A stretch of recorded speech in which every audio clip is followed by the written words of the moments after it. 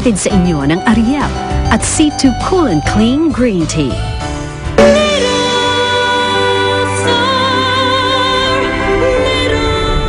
Malakas ang kaso dahil una, ikaw ang nakapirma sa birth certificate. Pangalawa, nagkakausap kayo ng tunay na ama ng bata. It's so annoying. Biruin mo, nilaglag ako kay mama. Alam mo, Bianca, wag mo nang patulan yung bata. Kung gusto mong mahalin ka ni Dave, dapat mahalin mo rin yung anak niya. Tingnan mo yung strategy ni Helen. Kidnap daw yung bata. Kasama niya ang tatay at lola niya sa loob. At kahit silipin niyo siya, hindi siya mukhang nakidnap. Pwede ba po naming makita yung bata? Sila pwede. Pero kayo, hindi.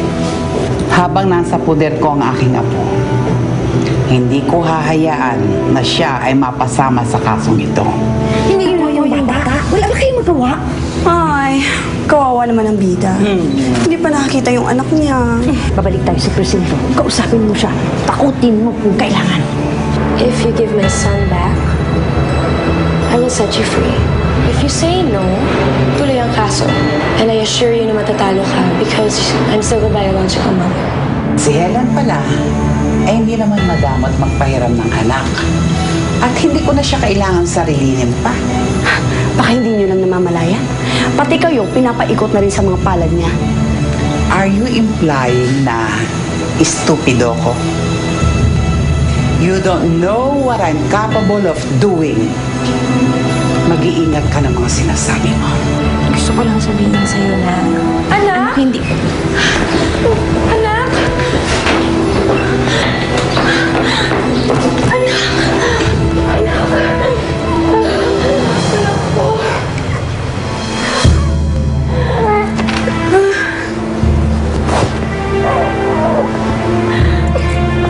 Tagal ko nang hinintay na mayak ka, anak. Call me mommy.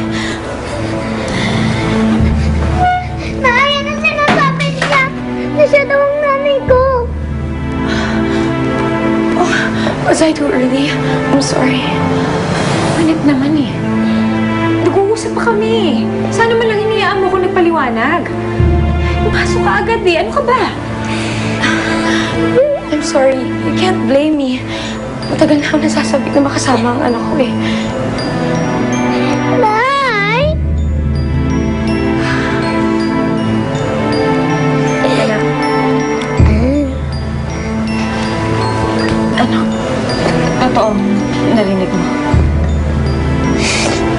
Hindi ako ang tunay mo, anak. Siya ang tunay mo. Pero anak, hindi ibig sabihin nito na hindi kita mahal. Itinuring kita na parang tunay na anak. Ha? Itinuring kita na parang totoong anak. That's true. Alam ko, naguguluhan ka ngayon. Pero anak, believe me, everything will be okay.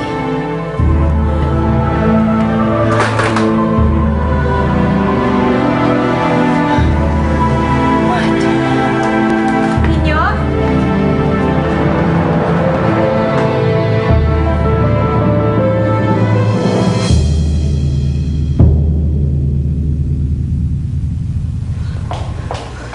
Mama, Where were you? umuwi lang po ako sa bahay and then sa office. Heto na naman tayo, Bianca. Akala ko tapos na tayo dyan eh. Sorry, Ma. Sorry. You know what? Talagang maghahanap ng ibang babae ang asawa mo. Dahil wala kang panahon sa kanya. Wala, Bianca. You will say, you love him, you care for him, but where were you? Especially sa oras na kailangan ka niya. Nasaan ka? Now you're crying? I'm sorry po talaga, Mama. You should be. Wala ka na bang ibang alam sabihin kundi, I'm sorry, Mama. Babawi po ako. I will never leave Dave's side again anymore.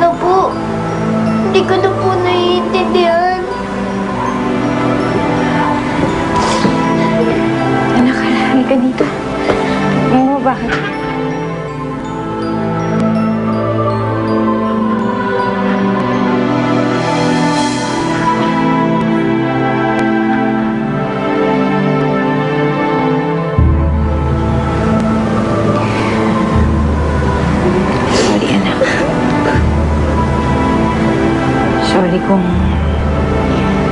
ang daming itinago ng nanay sa'yo. Sorry kung marami kang tanong. Hindi ko gustong maguluhan ka. Mahal niyo ko, Nay, di ba? Pero totoo, yun po ba yun? Parang hindi ko po kasi maramdaman eh. Yan ang kinakatakot ko na dumating, anak. Nang itanong mo sa akin kung mahal ba talaga kita.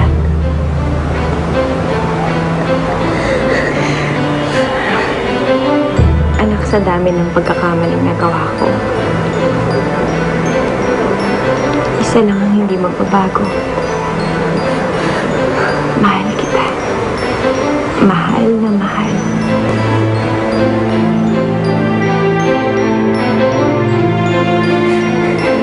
Pagtapos ka nang umiyak, pag okay ka na, itanong mo sa akin lahat ng gusto mong itanong. Sasagutin ko lahat yan. Para hindi ka na maguluhan.